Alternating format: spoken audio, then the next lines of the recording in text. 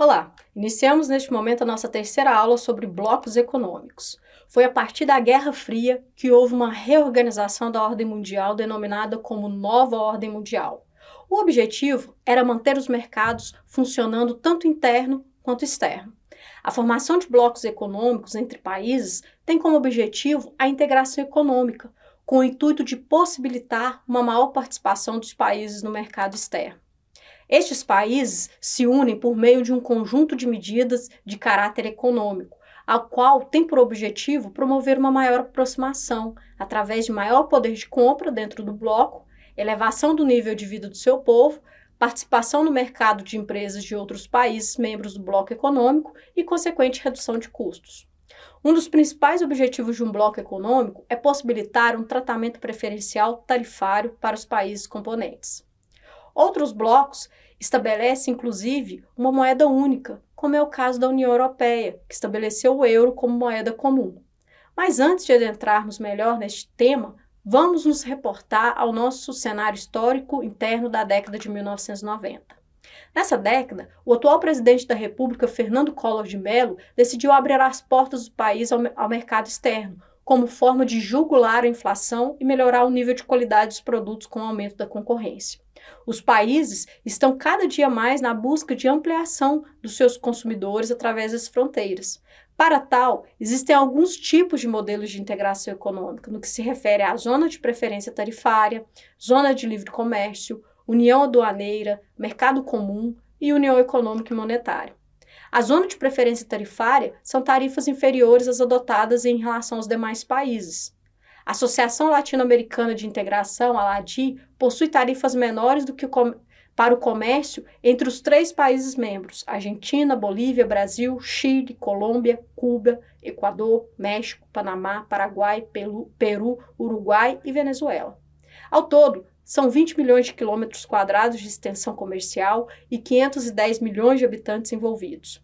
O Tratado de Montevidéu, de 1980, foi o âmbito jurídico global constitutivo e regulador do ALADI, assinado em 12 de agosto de 1980.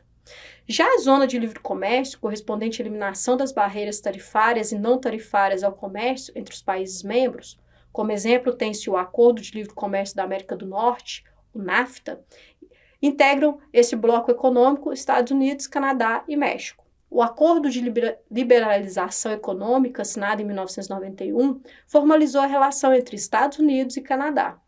Em 1992, o México foi aderido ao bloco, no entanto, somente em 1994 o bloco entrou em vigor como um prazo de 15 anos para a total eliminação de todas as barreiras alfandegárias entre os países membros. Outro exemplo é a Comunidade Andina.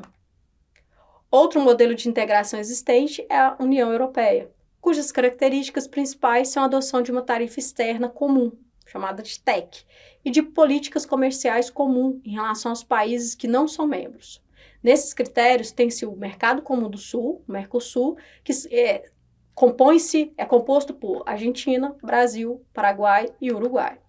O bloco econômico teve início com a assinatura em 1991, no período de transição, ao Tratado de Assunção, e foi efetivado em 1994, no qual teve como objetivo a livre circulação de bens, serviços, pessoas e capital, através da redução das barreiras tarifárias e não tarifárias, política comercial com tarifa externa comum, coordenação de políticas macroeconômicas e harmonização das políticas tributária, fiscal, alfandegária, cambial, monetária, investimentos, comércio exterior, serviços, transportes, comunicações, agricultura, industrial, trabalhista, entre outros.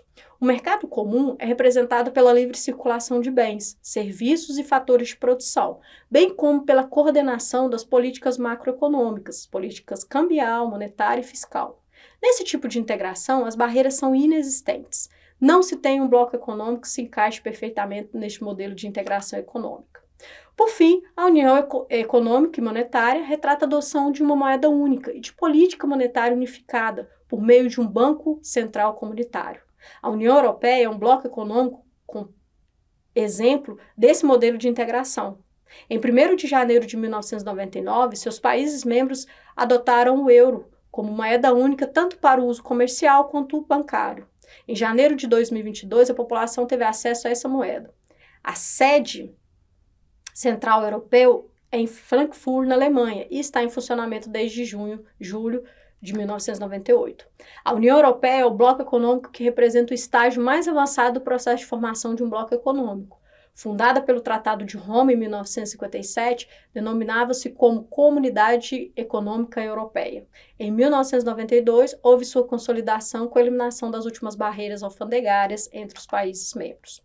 São países membros da União Europeia: Alemanha, Bélgica, França, Itália, Luxemburgo, Países Baixos, Dinamarca, Irlanda, Reino Unido, Grécia, Portugal, Espanha, Austrália, Finlândia, Suécia, Chipre, Eslováquia, Eslovênia, Estônia, Hungria, Letônia, Lituânia, Malta, Polônia, República Tcheca, Bulgária e Romênia. Então, nós terminamos aqui a nossa terceira aula sobre blocos econômicos. Na nossa quarta aula, nós iremos tratar da estrutura e organização do comércio exterior no Brasil. Te vejo lá. Um abraço.